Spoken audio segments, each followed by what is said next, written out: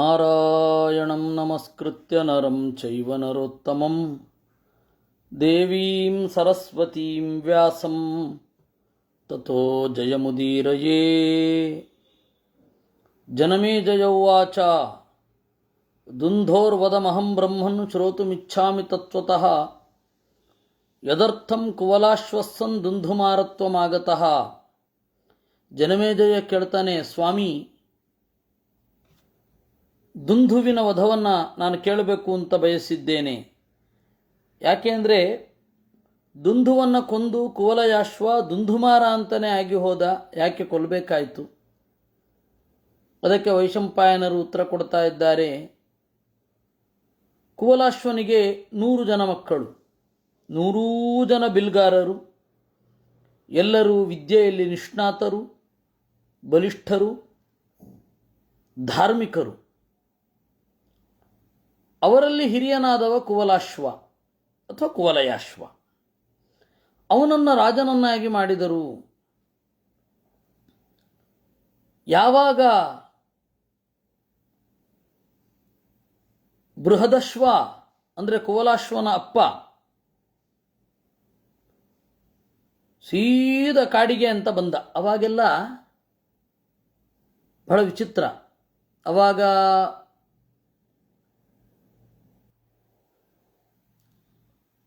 ರಾಜರು ತಾವೇ ತಿಳಿದುಕೊಂಡು ವಾನಪ್ರಸ್ಥಕ್ಕೆ ಹೋಗಿಬಿಡ್ತಾ ಇದ್ರು ಸಾಧನೆ ಮಾಡಬೇಕು ಅಂತ. ಆ ತರಹದ ಒಂದು ಕಾಲ. ಇವತ್ತು ನಮಗೆ ಅದನ್ನು ಯೋಚನೆ ಕೂಡ ಮಾಡಲಿಕ್ಕೆ ಆಗೋಲ್ಲ. ಮಕ್ಕಳಲ್ಲಿ ರಾಜ್ಯವನ್ನು ಇಟ್ಟು ಧಡಧಡನೆ ಬರ್ತಾ ಇದ್ದ. ಅವಾಗ ಉದಂಕ ತಡದ. ಭವತಾ ರಕ್ಷಣಂ ಕಾರ್ಯಂ ತತ್ತಾವತ್ ಕರ್ತುಮರ್ಹಸಿ ನಿರುದ್ವಿಗ್ನಸ್ತಪಶ್ಚರ್ತುಂ ನಹಿ ಶಕ್ನೋಷಿ ಪಾರ್ಥಿವ. ನೋಡು ರಾಜನ್, ನೀನು ರಕ್ಷಣೆ ಮಾಡಬೇಕು. ಉದ್ವೇಗ ಇಲ್ಲದೆ ನೀನು ತಪಸ್ಸು ಮಾಡಲಿಕ್ಕಾಗೋದಿಲ್ಲ. ತ್ವಯಾ ಹಿ ಪೃಥ್ವೀರಾಜನ್ ರಕ್ಷಮಾಣ ಮಹಾತ್ಮನ ಭವಿಷ್ಯತಿ ನಿರುದ್ವಿಗ್ನಾನ್ ಆರಣ್ಯಂ ಗಂತುಮರ್ಹಸಿ. ನೀನು ಕಾಡಿಗೆ ಹೋಗಬೇಡ. ನೀನು ಸುಖವಾಗಿ ಕುಳಿತು ತಪಸ್ಸು ಮಾಡೋದೇ ಆಗಿದ್ದರೆ ಉಳಿದವರು ನಿರುದ್ವಿಗ್ನರಾಗಿ ತಪಸ್ಸು ಮಾಡೋದು ಹೇಗೆ?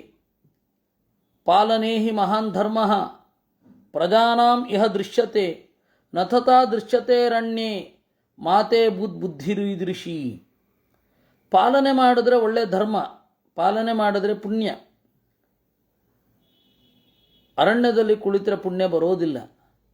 ಈದೃಶೋ ನಹಿ ರಾಜೇಂದ್ರ ಧರ್ಮ ಕ್ವಚನ ವಿದ್ಯತೆ ಪ್ರಜಾನಾಂ ಪಾಲನೆಯೋ ವೈ ಪುರಾ ರಾಜರ್ಷಿಭಿಕೃತಃ. ಹಿಂದಿನ ರಾಜರ್ಷಿಗಳು ಅಂತ ಯಾರಿದ್ದಾರೆ, ರಾಜರು ಆಗಿದ್ದು ಋಷಿಗಳು ಆಗಿದ್ದು, ಅವರು ಯಾರೂ ಕೂಡ ಈ ತರಹ ಮಾಡ್ತಾ ಇರಲಿಲ್ಲ.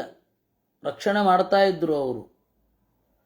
ಮಮಾಶ್ರಮ ಸಮೀಪೇ ಹಿ ಸಮೇಶು ಮರುಧನ್ವಸು.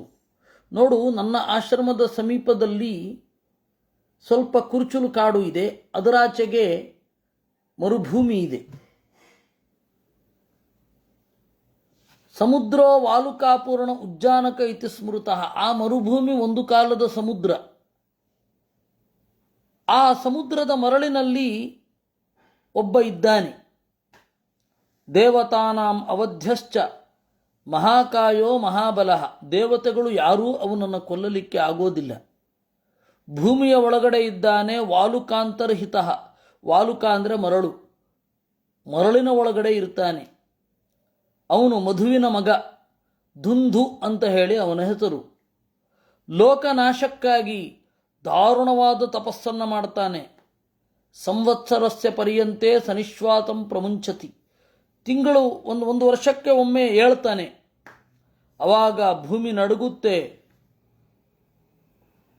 ಧೂಳುಗಳು ಮಣ್ಣುಗಳು ಇದ್ದಕ್ಕಿದ್ದಂತೆ ಬಂದು ಮುಚ್ಚಿಕೊಂಡು ಬಿಡುತ್ತೆ.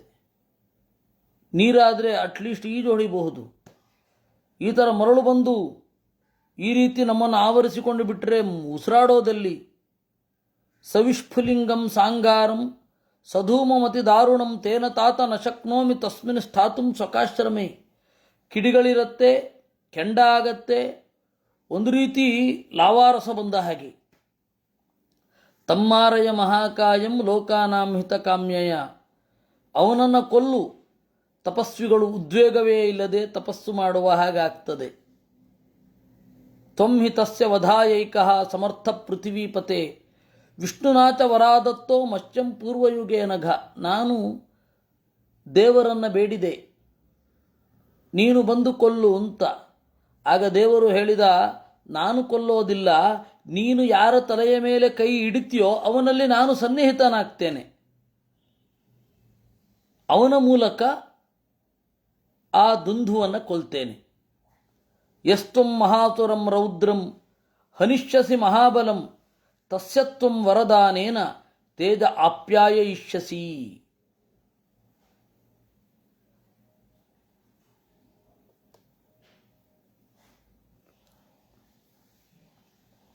ಅದರಿಂದ ನೀನು ದುಂದುವನ್ನು ಕೊಲ್ಲು, ಕೀರ್ತಿಯನ್ನು ಪಡಿ, ಪುಣ್ಯವನ್ನು ಗಳಿಸು. ನಹಿ ದುಂದುರ್ಮಹಾತೇಜಾಹ ತೇಜಸಾಲ್ಪೇನ ಶಕ್ಯತೆ. ಅಲ್ಪವಾದ ಶಕ್ತಿಯಿಂದ ದುಂದುವನ್ನು ಕೊಲ್ಲಲಾಗುವುದಿಲ್ಲ. ವೀರ್ಯಂ ಹಿ ಸುಮಹತ್ತಸ್ಯ ದೇವೈರಪಿ ದುರಾತದಂ.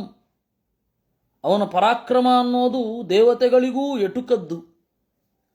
ಸಯೇವ ಮುಕ್ತಃ ರಾಜಋಷಿ ಉದಂಕೇನ ಮಹಾತ್ಮನ ಕುವಲಾಶ್ವಂ ಸುತಂ ಪ್ರಾದಾತ್ ತಸ್ಮೈ ದುಂದು ನಿವಾರಣೆ.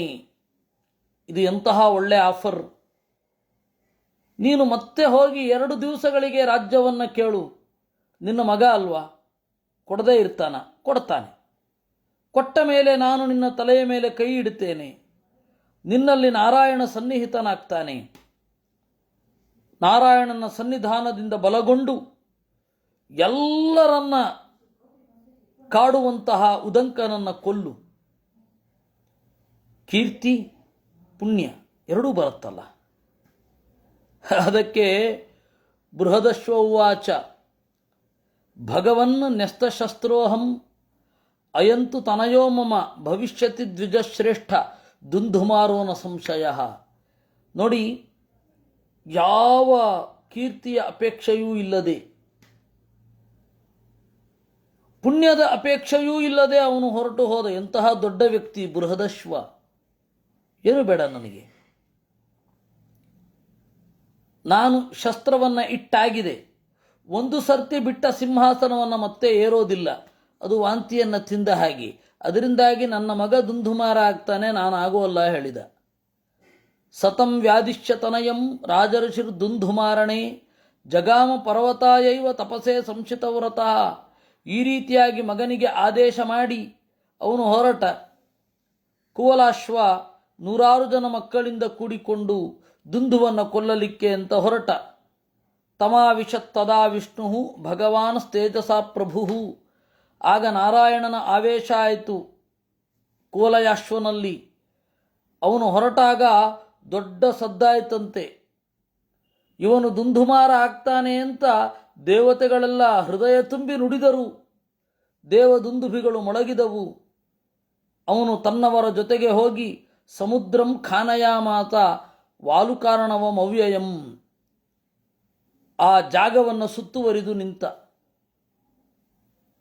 ನಾರಾಯಣೇನ ಕೌರವ್ಯ ತೇಜಸಾ ಪ್ಯಾಯಿತಸ್ಸವೈ ಬಭೂವ ಸಮಹಾತೇಜ ಭೂಯೋಬಲ ಸಮನ್ವಿತಃ.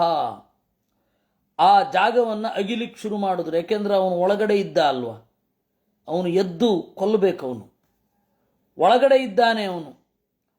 ಅವನನ್ನು ಹೇಳ್ಬೇಕಾದ್ರೆ ಮೊದಲು ಇವರೆಲ್ಲ ಅಗಿಬೇಕು. ಅಗಿತಾ ಇರಬೇಕಾದ್ರೆ ದುಂದು ರಾತಾದಿತೋ ರಾಜನ್ ದಿಶಮಾವೃತ್ಯ ಪಶ್ಚಿಮಾಂ. ಪಶ್ಚಿಮ ದಿಕ್ಕಿನಿಂದ ಎದ್ದು ಬಂದ ಅಂತೆ ದುಂದು. ಮುಖಜೇನ ಅಗ್ನಿನ ಕ್ರೋಧಾತ್ ಲೋಕಾನ್ ಉದ್ವರ್ತಯನ್ನಿವ. ಮೋರೆಯಿಂದ ಬೆಂಕಿ ಉಗುಳುತ್ತಾ ಬಂದ. ಅವನ 100 ಜನ ಮಕ್ಕಳು ಸತ್ತು ಹೋದರು. 100 ಅಂದರೆ 97 ಜನ, 3 ಜನ ಉಳಿದ್ರು. ಆಮೇಲೆ ಆ ರಾಜನನ್ನು ಕೊಂದ. ಆ ರಾಜನನ್ನು ಎದುರಿಸಿದ. ಆಗ ಕುವಲಯಾಶ್ವ ಪರಮಾತ್ಮನ ವರಬಲದಿಂದ ದುಂದುವನ್ನು ಕೊಂದ. ಅವತ್ತಿನಿಂದ ಅವನು ದುಂದುಮಾರ. ಏನು ಬೇಕು ಅಂತ ಕೇಳಿದ ಉದಂಕ. ಬಹಳ ಪ್ರೀತನಾಗಿದ್ದೇನೆ, ದೇವರ ಅನುಗ್ರಹ ಹೊಂದಿರಲಿ, ನನ್ನಿಂದೇನಾಗಬೇಕು ಅಂತ. ಆಗ ಇವನು ಕೇಳಿದ, ಧರ್ಮೇ ರತಿಂಚ ಸತತಂ, ನನಗೆ ಒಳ್ಳೆ ಧರ್ಮದಲ್ಲಿ ರತಿ ಬರಬೇಕು, ದೇವರಲ್ಲಿ ಭಕ್ತಿ ಬರಬೇಕು, ಮಕ್ಕಳಿಗೆ ಅಕ್ಷಯವಾದ ಸುಖ. 97 ಜನ ನನ್ನ ಮಕ್ಕಳು ಸತ್ತರು, ಅವರಿಗೆ ಅಕ್ಷಯ ಸುಖ ಆಗಬೇಕು ಅಂತ ಅವನು ಹೇಳಿದ ಅನ್ನುವಲ್ಲಿಗೆ ದುಂದುಮಾರನ ಕಥೆ ಯಾಕೆ ಅಂತ ಆಯಿತು. ಆ ದುಂದುಮಾರನಿಗೆ 3 ಜನ ಮಕ್ಕಳು, ದೃಢಾಶ್ವ, ಚಂದ್ರಾಶ್ವ, ಕಪಿಲಾಕ್ಷ ಅಂತ. ಕಪಿಲಾಶ್ವ. ಆ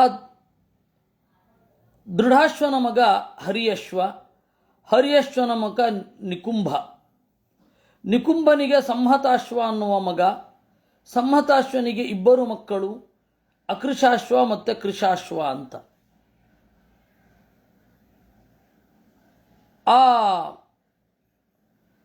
ಅವನಿಗೆ ಹೈಮವತಿ ಕನ್ಯಾ, ಹಿಮವಂತನ ಮಗಳು ದೃಷದ್ವತಿ ಅಂತ, 3 ಲೋಕದಲ್ಲಿ ಖ್ಯಾತಳು.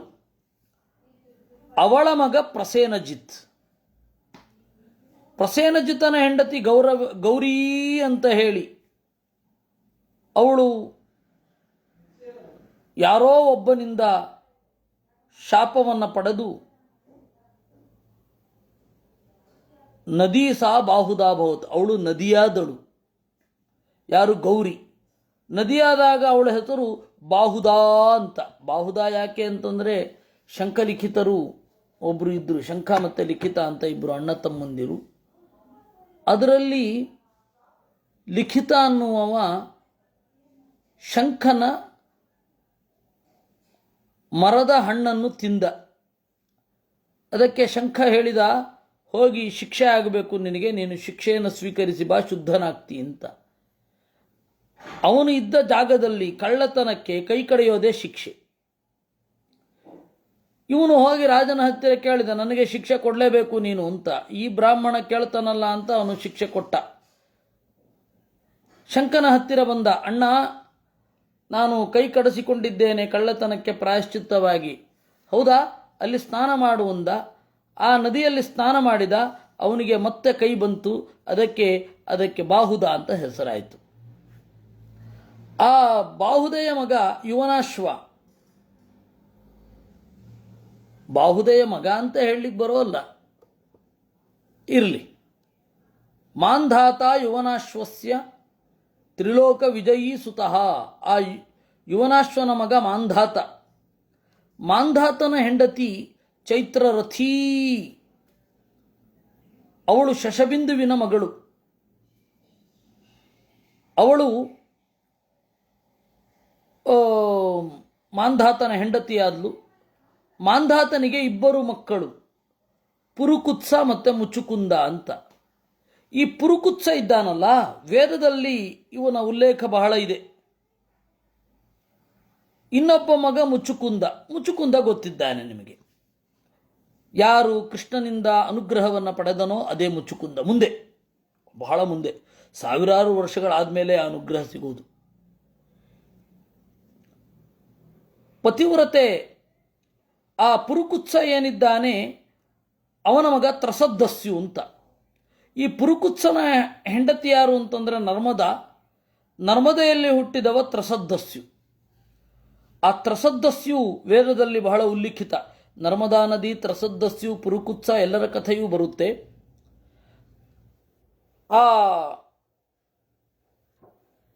ಅವನ ಮಗ ತ್ರಸದ್ದಸ್ಯುವಿನ ಮಗ ಸುಧನ್ವ, ಸುಧನ್ವನ ಮಗ ತ್ರಿಧನ್ವ, ತ್ರಿಧನ್ವನ ಮಗ ತ್ರಯ್ಯಾರುಣ. ಆ ತ್ರಯ್ಯಾರುಣನಿಗೆ ಸತ್ಯವ್ರತ ಅಂತ ಮಗ. ಆ ಸತ್ಯವ್ರತನ ಮಗ ಹರಿಶ್ಚಂದ್ರ. ಈ ಸತ್ಯವ್ರತನಿಗೆ ತ್ರಿಶಂಕು ಅಂತ ಒಂದು ಹೆಸರಿತ್ತು. ತ್ರಿಶಂಕು ಅಂದರೆ 3 ಹಿರಿದಾದ ಪಾಪವನ್ನು ಮಾಡಿದವ ಅಂತ. ಏನು, ಯಾಕೆ ಅವನಿಗೆ ಸತ್ಯವ್ರತನಿಗೆ ಎಂಥ ಒಳ್ಳೆಯ ಹೆಸರು ಸತ್ಯವ್ರತ ಅಂತ, ಅದು ತಪ್ಪಿ ಹೋಗಿ ತ್ರಿಶಂಕು 3 ಪಾಪ ಮಾಡಿದವ ಅಂತ ಹೆಸರು ಬಂದ್ಬಿಡ್ತು. ಆ ಸತ್ಯವ್ರತ ಇದ್ದಾನಲ್ಲ, ಒಂದು ತಪ್ಪು ಮಾಡಿದ. ಏನು ಅಂದರೆ ಪಾಣಿಗ್ರಹಣ ಮಂತ್ರಾಣಾಂ ವಿಘ್ನಂ ಚಕ್ರೆ ಸುದುರ್ಮತಿ. ಮದುವೆ ಆಗುವ ಹುಡುಗಿ ಇನ್ನೇನು ಎಲ್ಲ ಮುಗಿದು ಹೋಗಿದೆ, ಮದುವೆ ಮಂಟಪದಲ್ಲಿ ಇನ್ನೂ ಇದ್ದಾಳೆ, ಆದರೆ ಮದುವೆಯ ಪ್ರಕ್ರಿಯೆ ಎಲ್ಲ ಮುಗಿದಿದೆ. ಎತ್ಕೊಂಡು ಹೋದ ರಾಜ. ಅವನು ಸತ್ಯವ್ರತ. ಬಾಲ್ಯಾತ್ ಕಾಮಾತ್ ಮೋಹಾತ್ ಸಂಹರ್ಷಾತ್ ಚಾಪಲೇನ ಅಂತ 5 ಕಾರಣಗಳಿಂದ. ಒಂದು ಬಾಲ್ಯದಿಂದ, ಬಾಲ್ಯ ಅಂದರೆ ಬಾಲಿಷ್ಯ, ಬಾಯಿಷ್ನೆಸ್.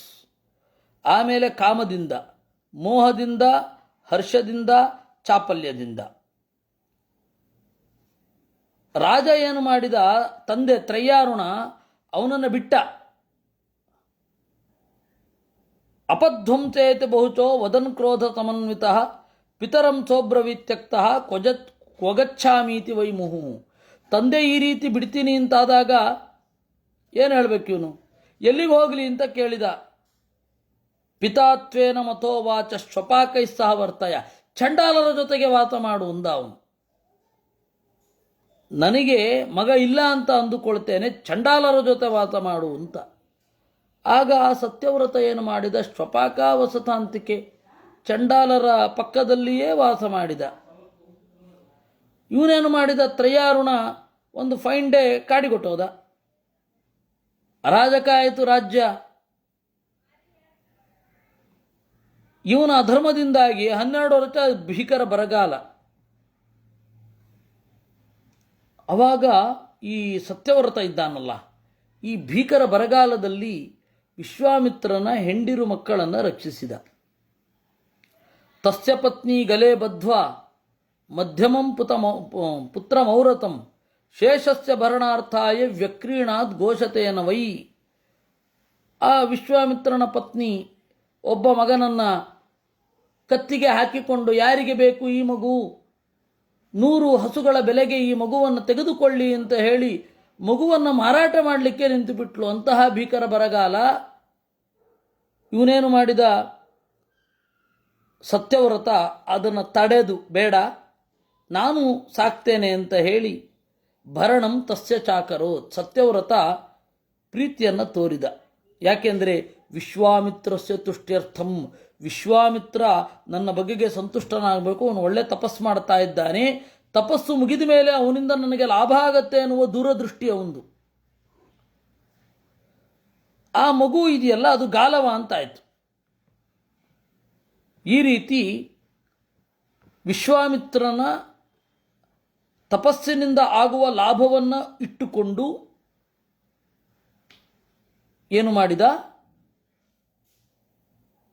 ವಿಶ್ವಾಮಿತ್ರನ ಹೆಂಡಿರು ಮಕ್ಕಳನ್ನು 12 ವರ್ಷದ ಬರಗಾಲದಲ್ಲಿ ರಕ್ಷಣೆ ಮಾಡಿದ.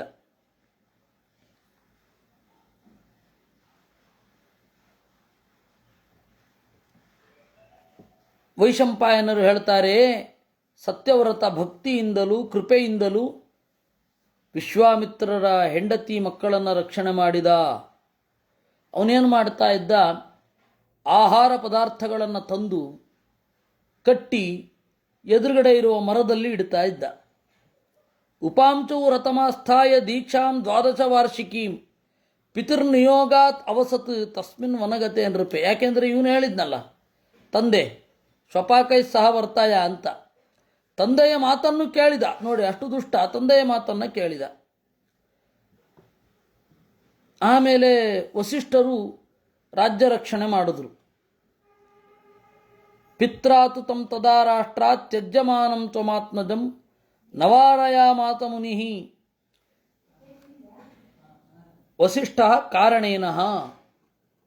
ವಸಿಷ್ಠರು ಅವತ್ತು ತಡಿಲಿಲ್ಲ, ಅದ್ರ ಬಗ್ಗೆ ಇವನಿಗೆ ಸಿಟ್ಟಿತ್ತು. ಆ ಒಂದು ಕಾರಣದಿಂದಲೂ ವಿಶ್ವಾಮಿತ್ರರಿಗೆ ಇವನು ಸಪೋರ್ಟ್ ಮಾಡಿದ. ಯಾಕೆಂದರೆ ನನ್ನ ಹಾಗೆ ವಸಿಷ್ಠರ ಪ್ರತಿಸ್ಪರ್ಧಿ ವಿಶ್ವಾಮಿತ್ರರು ಕೂಡ ಅಂತ. ಅಲ್ಲ, ವಿಶ್ವಾಮಿತ್ರರು ಯಾಕೆ ಅವನನ್ನು ತಡಿಲಿಲ್ಲ? ಅದಕ್ಕೊಂದು ಕಾರಣ ಉಂಟು. ಏನು? ವಸಿಷ್ಠರು ಯಾಕೆ ತಡಿಲಿಲ್ಲ ಅಂದರೆ, ಪಾಣಿಗ್ರಹಣ ಮಂತ್ರಾಣಾಂ ನಿಷ್ಠಾ ಸ್ಯಾತ್ ಸಪ್ತಮೇ ಪದೇ ನಚ ಸತ್ಯವ್ರತಸ್ತಸ್ಯ ತಮುಪಾಂಚು ಅಬುಧ್ಯತಾ. ಪಾಣಿಗ್ರಹಣ ಮಂತ್ರ ಸಪ್ತಪದಿ ಅಂತ ಮದುವೆಯಲ್ಲಿ ಪ್ರಸಿದ್ಧ. ಅದರಲ್ಲಿ ಸಪ್ತಪದಿ ಆದರೆ ಮದುವೆ ಆದಾಗ ಅಷ್ಟೇ ಮುಗಿದೋಯ್ತು. ಏನು ಮಾಡಿಸಿದ್ರೋ ಬಿಟ್ಟರೋ ಗೊತ್ತಿಲ್ಲ, ಸಪ್ತಪದಿ ಆದರೆ ಮಾತ್ರ ಮದುವೆ ಆದ ಹಾಗೆ. ಆ ಸಪ್ತಪದಿ ಏನಿದೆ, 7 ಹೆಜ್ಜೆಗಳು ನಡೆದದ್ದು, ಅದಾದ ಮೇಲೆ ಮತ್ತೆ ಅವಳು ಬೇರೆ ಬೇರೆ ಕಡೆ ಅವಳು ನೀನು ಪ್ರೀತಿಸಿರಬಹುದು, ಆದರೆ ವೇದ ಮಂತ್ರಕ್ಕೆ ನೀನು ಕೊಡಬೇಕಾದ ಗೌರವ, ಆ ವೇದ ಮಂತ್ರಕ್ಕೆ ಇವನು ಗೌರವ ಕೊಡಲಿಲ್ಲ, ಆದ್ದರಿಂದ ರಾಜನಾಗಲು ಯೋಗ್ಯನಲ್ಲ ಅನ್ನುವ ಹಿನ್ನೆಲೆಯಲ್ಲಿ ವಸಿಷ್ಠ ತಂದೆ ಮಕ್ಕಳ ನಡುವೆ ಬರಲಿಲ್ಲ. ತಂದೆ ತ್ರಯ್ಯಾರುಣ ಸತ್ಯವ್ರತನನ್ನು ಬಹಿಷ್ಕರಿಸ್ತೇನೆ ಅಂದಾಗ ಆಯಿತು ಅಂತ ಕೂತುಬಿಟ್ಟ.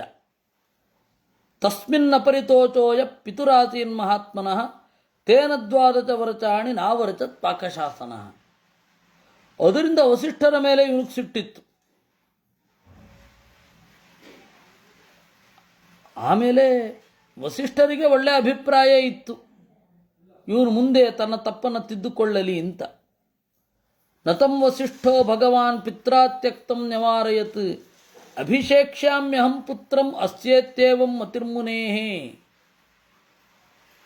ವಸಿಷ್ಠರಿಗೆ ಒಳ್ಳೆಯ ಅಭಿಪ್ರಾಯ ಇದ್ದದ್ದನ್ನು ಸತ್ಯವ್ರತ ತಿಳ್ಕೊಂಡಿರಲಿಲ್ಲ. ವಸಿಷ್ಠರ ಅಭಿಪ್ರಾಯ ಏನು?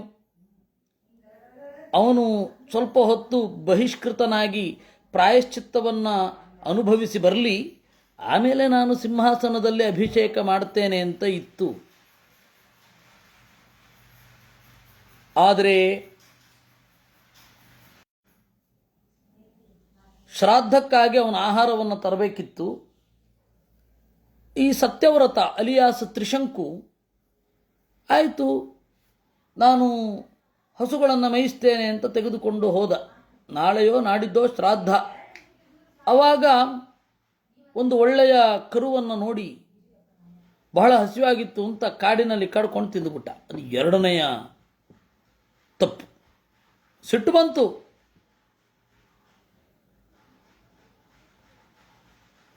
ಇದೆಲ್ಲ ಸಮಸ್ಯೆಗಳು. ತಚ್ಚಮಾಂತ್ವಂ ಸ್ವಯಂ ಚೈವ ವಿಶ್ವಾಮಿತ್ರಸ್ಯ ಚಾತ್ಮಜಾನ್ ಭೋಜಯ ಮಾತ. ಆಮೇಲೆ ಅದನ್ನು ಭೀಕರ ಬರಗಾಲ ಅಂತೇಳಿ ಹಲವಾರು ಜನರಿಗೆ ಹಂಚಿ ತಿಂದುಬಿಟ್ಟ. ಸಿಟ್ಟು ಮಾಡಿಕೊಂಡು ವಸಿಷ್ಠರು ಹೇಳಿದರು, ಪಾತಯೇಯಮಹಂ ಕ್ರೂರ ತವ ಶಂಕು ಅಸಂಶಯಂ ಯದಿತೆ ದ್ವಾವಿಮೌ ಶಂಕು ನಸ್ಯಾತಾಂ ವೈ ಕೃತೌ ಪುನಃ. 3 ತಪ್ಪನ್ನು ನೀನು ಮಾಡಿದ್ದೀಯ. 3 ತಪ್ಪಿನಲ್ಲಿ ಮುಖ್ಯವಾದದ್ದು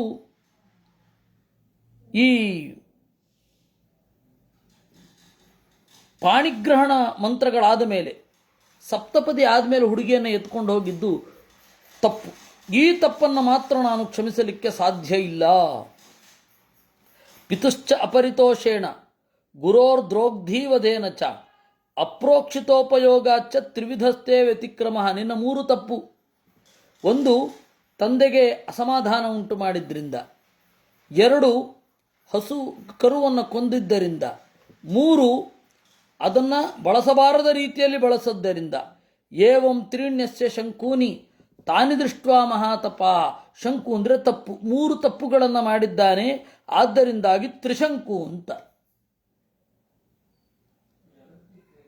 ಈ ರೀತಿ ಅವರು ಹೊರಗಡೆ ಅಟ್ಟಿದ್ರೆ ಇವನು ಬಹಿಷ್ಕೃತನಾಗಿ ಜೀವಿಸ್ತಾ ಇದ್ದ. ವಿಶ್ವಾಮಿತ್ರರು ಬಂದು ಪ್ರೀತಿಯ ಮಳೆಗೆರೆದರು, ಯಾಕಂದ್ರೆ ನನ್ನ ಹೆಂಡತಿ ಮಕ್ಕಳನ್ನು ನೋಡಿಕೊಂಡಿದ್ದಾನೆ ಅಂತ.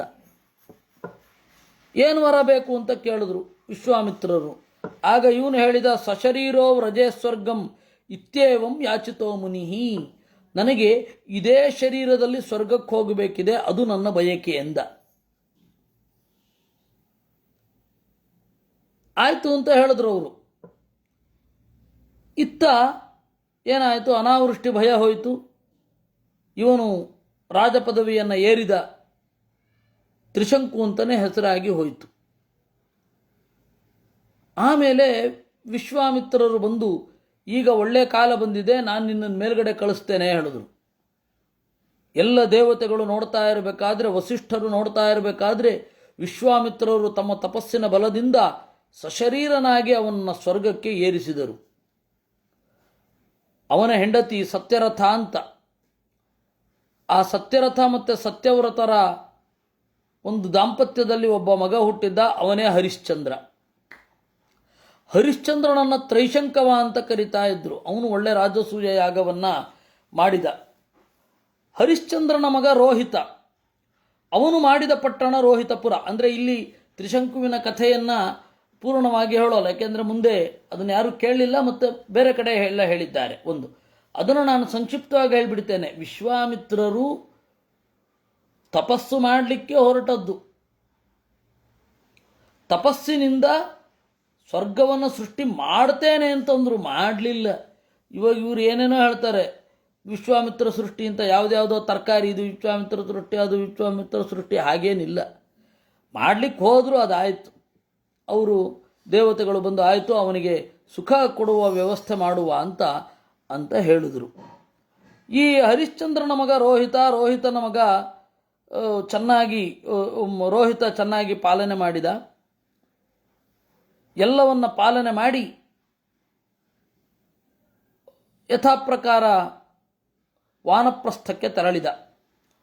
ರೋಹಿತನ ಮಗ ಹರಿತನ ಮಗ ಚಂಚುವಿನ ಮಕ್ಕಳು ವಿಜಯ ಮತ್ತು ಸುದೇವ.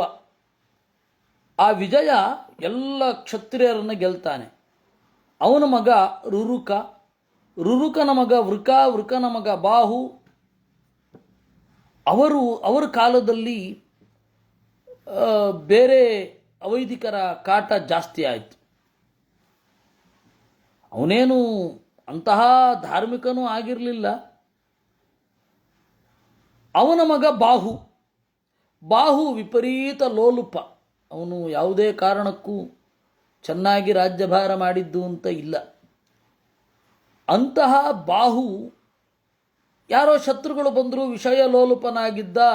ಅನಿವಾರ್ಯವಾಗಿ ಅವರಿಂದ ಓಡಿ ತಪ್ಪಿಸಿಕೊಂಡು ಕಾಡಿಗೆ ಹೊರಟೋದ.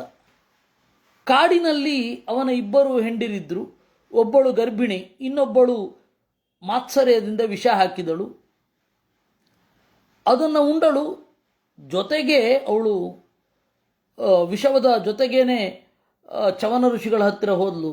ನನ್ನ ಮಗನಿಗೆ ವಿಷ ಹಾಕಿದ್ದಾರೆ. ಅದಕ್ಕೆ ಅವರು ಹೇಳಿದ್ರು, ಏನು ಚಿಂತೆ ಇಲ್ಲ, ವಿಷ ಏನು ಮಾಡೋಲ್ಲ, ಈ ಮಗ ಒಳ್ಳೆ ಚೆನ್ನಾಗಿ ಬೆಳಿತಾನೆ ಅಂತ. ಹಾಗೆ ವಿಷದ ಜೊತೆಗೆ ಹುಟ್ಟಿದ ಮಗ ಗರ ಅಂದರೆ ವಿಷ. ಭಾರ್ಗವೇಣ ಅಭಿರಕ್ಷಿತ. ಅವನು ಮೊದಲು ಗರ್ಭದಲ್ಲಿ ರಕ್ಷಿಸಲ್ಪಟ್ಟು ಸಗರ,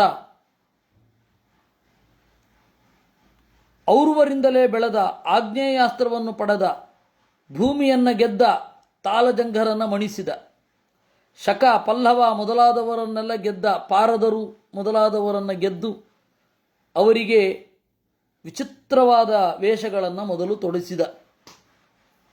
ಮೀಸೆ ಬೋಳಿಸಿಕೊಳ್ಳಿ, ಗಡ್ಡ ಮಾತ್ರ ಬಿಡ್ರಿ, ಒಳಗಡೆಯ ವಸ್ತ್ರವನ್ನು ಹೊರಗಡೆ ಉಡಿಸಿ, ಹೊರಗಡೆಯ ವಸ್ತ್ರವನ್ನು ಒಳಗಡೆ ಹಾಕುವ ಹಾಗೆ ಮಾಡಿ ಎಲ್ಲ ಈ ತರಹದ ವಿಕಾರಗಳನ್ನೆಲ್ಲ ಮಾಡಿದ. ನೀವು ನನ್ನಿಂದ ಸೋತಿದ್ದೀರಾ ಅಂತನ್ನುವ ಕುರು ಹಾಗೆ ಈ ರೀತಿ ಧರಿಸಬೇಕು ಅಂತಂದ. ಆಗ ಜನಮೇಜಯ ಕೇಳ್ತಾನೆ, ಸಗರ ಅಂದರೆ ವಿಷದ ಜೊತೆಗೆ ಹುಟ್ಟಿದವ, ಮತ್ತು ಅವನು ಯಾಕೆ ಶಕರೆ ಮೊದಲಾದವರನ್ನು ನಿಗ್ರಹ ಮಾಡಿದ? ಇದನ್ನೆಲ್ಲವನ್ನು ವಿಸ್ತಾರವಾಗಿ ಹೇಳು ಅಂತ ಜನಮೇಜಯರು ಕೇಳಿದಾಗ ವೈಶಂಪಾಯನರು ಹೇಳ್ತಾರೆ, ಅದನ್ನು ನಾವು ಸೋಮವಾರ ನೋಡೋಣ. ನಾಳೆ ನಾಡಿದ್ದು ಶನಿವಾರ ಮತ್ತು ಭಾನುವಾರ ಹರಿವಂಶದ ಚಿಂತನೆ ಇರೋದಿಲ್ಲ. ಅದರಿಂದಾಗಿ ಹರಿವಂಶವನ್ನು ಏರ್ಪಡಿಸಿದವರಿಗೆ ನಾನು ಕೇಳಿಕೊಳ್ಳೋದಿಷ್ಟು, ನಾಳೆ ಆಗೋದಿಲ್ಲ, ನಾಡಿದ್ದಾಗೋದಿಲ್ಲ. ಏಕೆಂತಂದರೆ ಬಹಳ ಚಿಂತನೆಗಳು ಪಾಠಗಳು ಇರುತ್ತೆ. ಆದ್ದರಿಂದ ಈ ಚಿಂತನೆಯನ್ನು, ಹರಿವಂಶದ ಚಿಂತನೆಯನ್ನು ನಾವು ಮುಂದೆ ಸೋಮವಾರದಿಂದ ಮತ್ತೆ ಮುಂದುವರಿಸೋಣ, 5 ದಿವಸದ ತನಕ ಅಂತ ಹೇಳ್ತಾ ಇವತ್ತಿನ ಹರಿವಂಶದ ಚಿಂತನೆಯನ್ನು ದೇವರಿಗೆ ಅರ್ಪಿಸೋಣ. ನಾಳೆ ಭಾಗವತ ಇದೆ, ನಾಡಿದ್ದು ಮಹಾಭಾರತ ಬೆಳಗ್ಗೆ 11ರಿಂದ 12 ಇದೇ ವ್ಯಾಸವಾಣಿಯಲ್ಲಿ. ಈಗ ವಿದುರನೀತಿ ಆಗ್ತಾ ಇದೆ, ಆಮೇಲೆ